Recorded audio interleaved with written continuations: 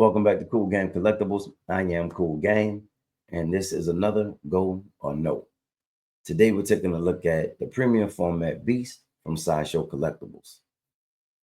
All right, so we're here on Sideshow's website. Here you see the exclusive version. There's also the collector's version. And recently I have not heard a whole lot about this piece, which is why I wanted to share my opinion on the piece and let you know if this was a go or no for me. So the price on the exclusive is $750. Really quickly jumping over to the collector's edition, $725. Now I know you do get an alternative portrait with this one, uh, which for $25 extra, I would say that that's worth it. $250 for the edition size on the exclusive, and $500 for the edition size on the collector's edition. Of course, you have your payment options. You can pay in full or you can flex pay, do a monthly payment up until the time that it comes out. Now, Sideshow has released a few different X-Men characters. We have Magneto that was just put out and put up for pre-order. And there's several others. Dazzler was put out some time ago. So I'm interested to see who else they do next. A few of the pictures here, of course, we'll click on all of them, but just to give a quick glimpse of some of the pictures. Here, I think it's dope how Sideshow is showing the behind the scenes of the paint work that goes into these projects. And these artists do a really fantastic job. If you haven't seen it, you should check that video out to just see how she goes about the different shading, the several layers of blue that she's adding on, and the reason why she's adding the layers and how it's going to change the end product with the gradual change of light blue to dark blue, and some consistency around certain areas of Beast's body. It's just dope, man. It was really dope to see how she spent so much time just trying to perfect um, the shading and the multiple changes of blue as the as you go through the different parts of these bodies, from his neck to not only the hair on his face, on his head, his arms. It's amazing, man. You can see exactly what she's pointing out to you in that video as she's going through and showing layer after layer of light blue, and she adds a little bit more, and then it becomes a little bit darker, but then eventually it gets to this really kind of darkish blue. She even adds black at some point. It's just dope, man. Really, really dope. So focusing in on the design, on the left you have your traditional beast. On the right you have an alternative beast, which I haven't really seen this version of beast before. So it is different, but I think it's cool. For one, the design of it is really good. Kind of looks a little bit more like a lion, I would say, than your traditional beast. Now, early on, there were some rumbles about Beast's legs, and some people felt like they were way too skinny. Proportion wise, it was just kind of off. And I don't really see the same thing now. I think I was seeing those things then, and I'm not sure if Sasha went back and tweaked anything, or if because so many people were commenting on it, you just naturally kind of start to see what people are pointing out. So the legs don't look that bad to me now. I do have some concerns in regards to the pose, and that's mainly because it seems like his body is being held up by this one arm, right? So, I mean, again, I haven't been in collecting as long as some others. I question the durability of it. Can that one arm literally hold up the mass of the rest of the statue. May sound like, a novice type of question, but that does concern me. And Sideshow, I know they're having some trouble with the most recent release or item that started shipping, the Batman versus Joker. And there's some breakages on one part of that statue. And some people have even suggested having a rod put in.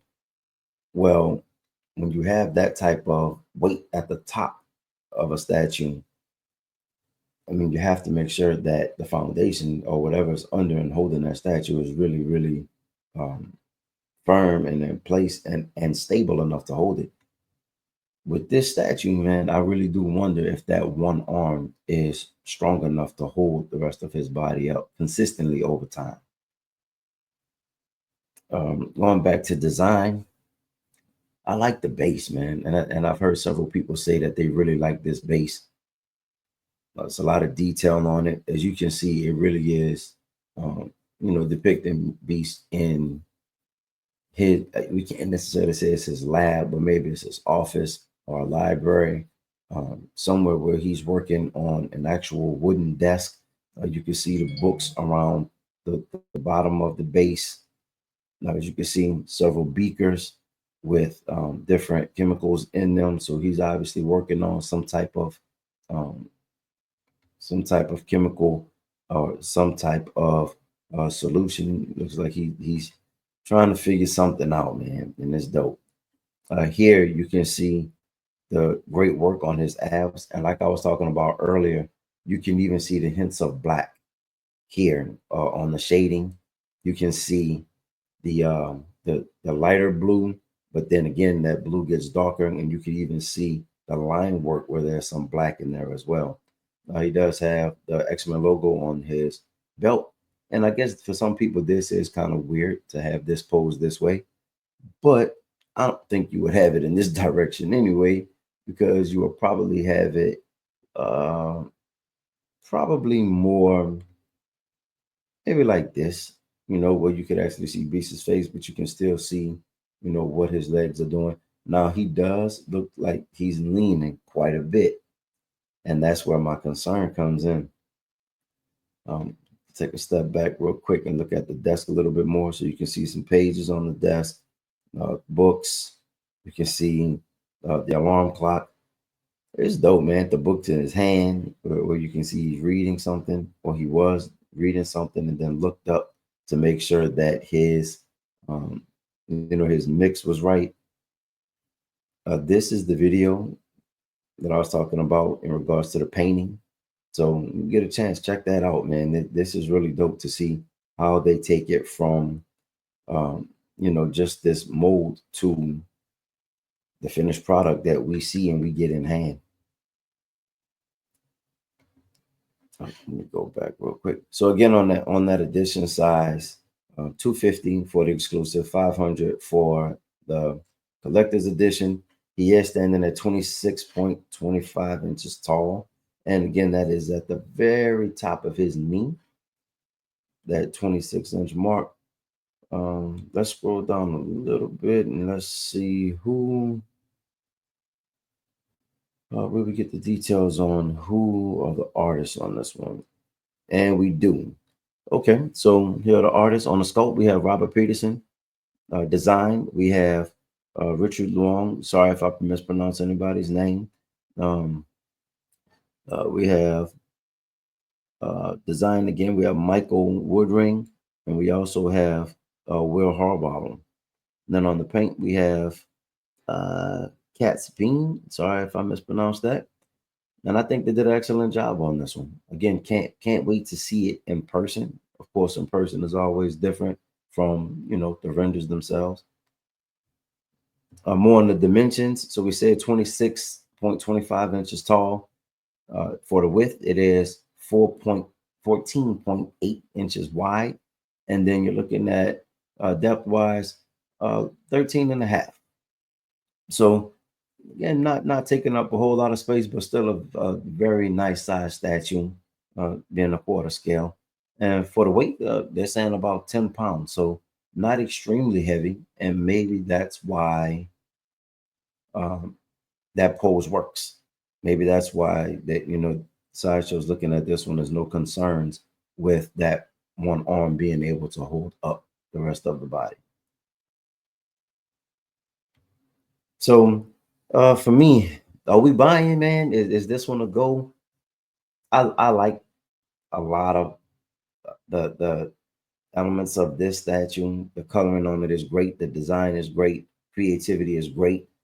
Um, for me, this is a go with the one exception of um the stability, man. Just making sure that it is stable and that it can withstand that pose for a long period of time. And we're talking about years, right? Please let me know, what are your comments on this one? Do you have the same concerns that I do? What are your thoughts on the design? What are your thoughts on the color scheme that's going on with this beast? Do you like the shading? Do you like the light blue to dark blue contrast? Um, what do you think about the overall product? Do you think this is a go? If you do plan on picking this one up, are you adding it to an existing X-Men collection that you have, or you just starting fresh with the Beast as the first piece to your new X-Men collection? Again, let me know what y'all think, and please remember to like, comment, subscribe. It definitely helps the channel. As you all can see, I have become a lot more um, consistent. I am trying to put out this content as often as possible to let you all know what I think about these pieces, and to let y'all know what I'll be adding to my collection. So we will have another one coming soon. Until then, stay cool.